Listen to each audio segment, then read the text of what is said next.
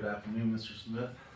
Good afternoon. Thanks for coming to our meeting today. I really enjoyed your lesson the other day in your Read 180 class. Can you tell me a little background about some of the students in your class? Yeah, so the students are made up of students who tested low or below grade level on our universal screener when they first come here from the other high schools. And then there's also a few students that are on grade level or even a little bit above that just need an English elective for credit. So it's kind of, quite a range. So 9th through 12th graders. Do any of those students have learning disabilities? Yeah, the ones that I see for the program that are below reading, some of them do have learning disabilities around reading and writing mainly. Some of them are in there, they just happen to have, like behavior, not necessarily learning goals, but behavior goals. If they are too low, they actually are in a different class with our resource teacher. So ours, we try to reach kids about maybe 4 grades below grade level or higher. I really loved your eye contact you had in class and your patience with some of the students getting ready for class and sitting down. And I noticed that you used our PBIS core tickets throughout the lesson to keep them engaged and to keep them on task. Your movement around the room, I really thought was great. And your lesson consisted of, listening in the beginning and watching a visual on the screen and then having the kids doing some reading and writing. So I really liked all that. But for you, what was successful from the lesson? I think just it's the beginning of the try, so getting the kids in the routines, they've caught on to the routines of the class, like you were saying, what they do first thing when they come in, how our whole group runs, how our rotations run when they get to small group. So just getting those routines and the discussion, engagement, start off really how usually it takes a little bit of time for them to start participating, out loud because they're just nervous or shy or whatever, just coming from the new schools that they'll see a lot of that, but I've been seeing a lot at the beginning of this stride, especially during that lesson. So previously working with some of those students and finding out their needs will kind of help you accomplish that goal. Yeah, we began using the Read 180 program a few years ago, and there's a specific way you're supposed to use it, or like that they teach you to use it, but every school is different. We have our student populations quite a bit different from maybe our traditional high schools, so switching things up, whether that be the routine, how long the rotations go because of the attention span, I try to get them quick. Are we going to take a break, or is it good to just keep going? Because once you take that break and they kind of get off fast a little bit, it's tough to wrangle back in. So just the experience, I think, is a big thing as far as the routines and the behavior part. Because as soon as I got the behavior part down, the teaching part of it's usually the easiest part because you can plan and do that. It's just setting the routines up and everything like that. I really like your routine, and the kids obviously know the routine and they're on board with it.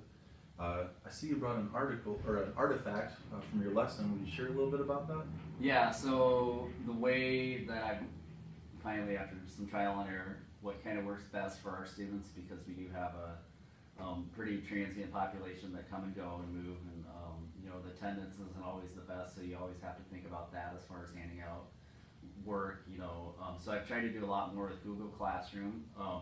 But what I've also done is do like a weekly checklist, and it has all of our assignments on there throughout the whole week. Some of it's things that they would actually write on here instead of in the book. I just put everything on here, or it tells them like where to go into the Google Classroom, what page they might be working on. If it's a video, like if they're working on Ed Puzzle, they would use that. So this kind of gives them a template of what's happening throughout the whole week. So if they did miss, like let's say Monday, they could go straight to Monday and look at what we're doing, and that way it also helps me because when they come to our warrior work time, I can just take this out and be like, oh, okay, I see, you missed these parts, or maybe I had to leave class earlier, came late, and I can tell where they were at when we left off. So it helps me and it helps them kind of keep track better of what they've missed. It also gives them a heads up of what's going on later in the week. Definitely looks like a helpful tool for the student and yourself. Jan, Jesse, we're going to meet now. And Ebony, if you're still in the building, can you please come to the main office? Sometimes gotta go with the flow. Got some announcements going. All right. So any of these lesson objectives link with the Iowa teaching standards? Looking through them, I'd say just using strategies to deliver instruction that meet the multiple learning needs of students, because it is a pretty big range of students that not only am I trying to get the kids who are below reading and aren't motivated at all to read, to have some discussion and read, and have some engagement in that, and then not making it interesting enough for the higher level kids, the kids that are on grade level or above, thinking of ways to differentiate, and at least during our discussions have topics that engage them. Definitely have a diverse population, so having multiple strategies is very helpful. What was the least successful part of the lesson, or any hurdles in the lesson today? I think just from one class to another, it's always going to be a little bit different, the pacing of it. So sometimes I'm able to, I get through everything and we're good. Some days, I'll cut it short because discussion lasts a little bit longer, which I'm okay with if it's engaging and it's not, off topic too much. So I would say just the pacing, I don't remember the exact time that day. If I have one thing that works for us is that when the kids get on the software, that's the part that the research shows is really going to improve their reading. So making sure I have enough time for that, because sometimes we get to that end of class and I only have 10 minutes left when I really wanted 20 minutes. So I would say the pacing of it can be some of the most difficult things, just to keep everybody on the same page. You talked a little bit about the student behaviors, but were there any particular ones that stood out? Or what kind of body language did the students demonstrate during the lesson? Well, I think, like you were saying, one thing I've really tried to incorporate is the movement around instead of just staying in the front, but moving around a lot. I think helps, especially with a lot of our kids that are ADHD.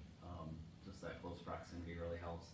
I know I have one student in particular that will stand up in the back of the room and kind of dance around, but she's got her area, and as long as she stays there, she's fine to do whatever she wants, as long as she's paying attention, not too distracting. But so just having some engagement that way. As far as body language, I felt like students were participating, and engaged. I felt like through the lesson, creating a lot of opportunities to respond, not just with me, but with partners, to get some feedback that way. So That's great. Like I said, I love when you move around the room and then letting those students that are getting a little fidgety kind of stand up and have a little bit of standing time versus sitting down and being off task. What things can you do to increase student involvement or the off-task behavior? Sure.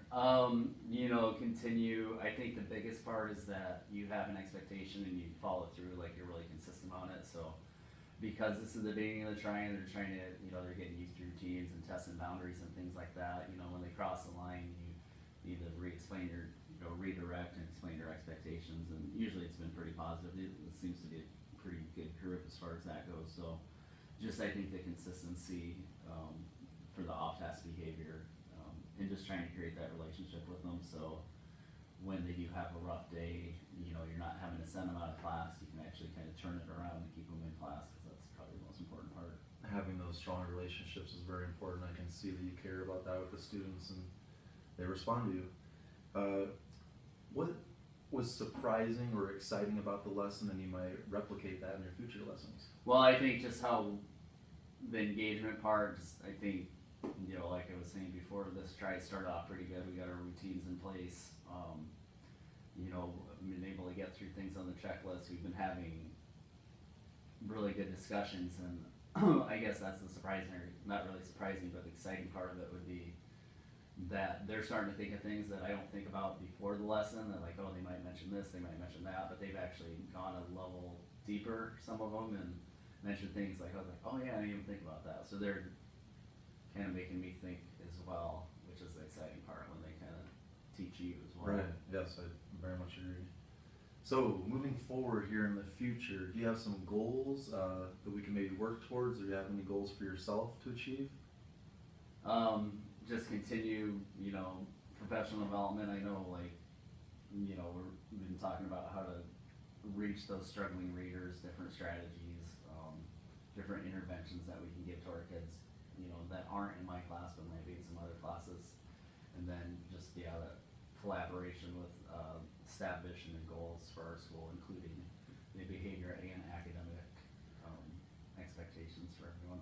You are very involved with our PBIS committee and our students, and professionally developing and collaborating with our teachers is essential to the success of our school. So I appreciate you being on that team and following through with that. So summing up our conference today, can you review 2 strengths from our conference and maybe 1 improvement or goal you have? Well, I think it's always good, like especially after a lesson, to go back and say, you know, what would I have done differently? Is there anything I can improve on? Is there a way that, you know, from after I grade these and see how the students do, if a student scored particularly low, or maybe the whole class scored particularly low on one topic, you know, then it tells me that I need to reteach this. So just getting that feedback from them is definitely helpful. Yep, feedback is very beneficial to help you grow. So, did you learn anything about yourself through this experience?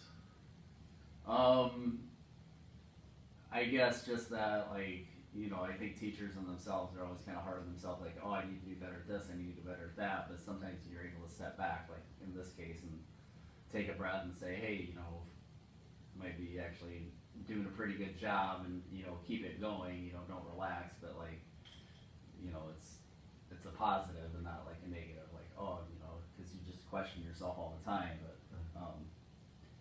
you know, I would say that just be able to step back and see some positive, you know, the positive things that are going on, like, oh yeah, we are doing this, or yeah, these strategies are implemented and they are helping, so just kind of being able to see that, instead of caught up like in the rat race of every day. Yeah, it's nice and get hectic, but you're fighting the good fight. I appreciate this conference. I look forward to working with you in your classes, and good luck with the rest of the school year. All right. All right, thank you, sir. Yeah. Brian Mathis, if you're in the building, will you That's come good. to the front office? Thanks, bye.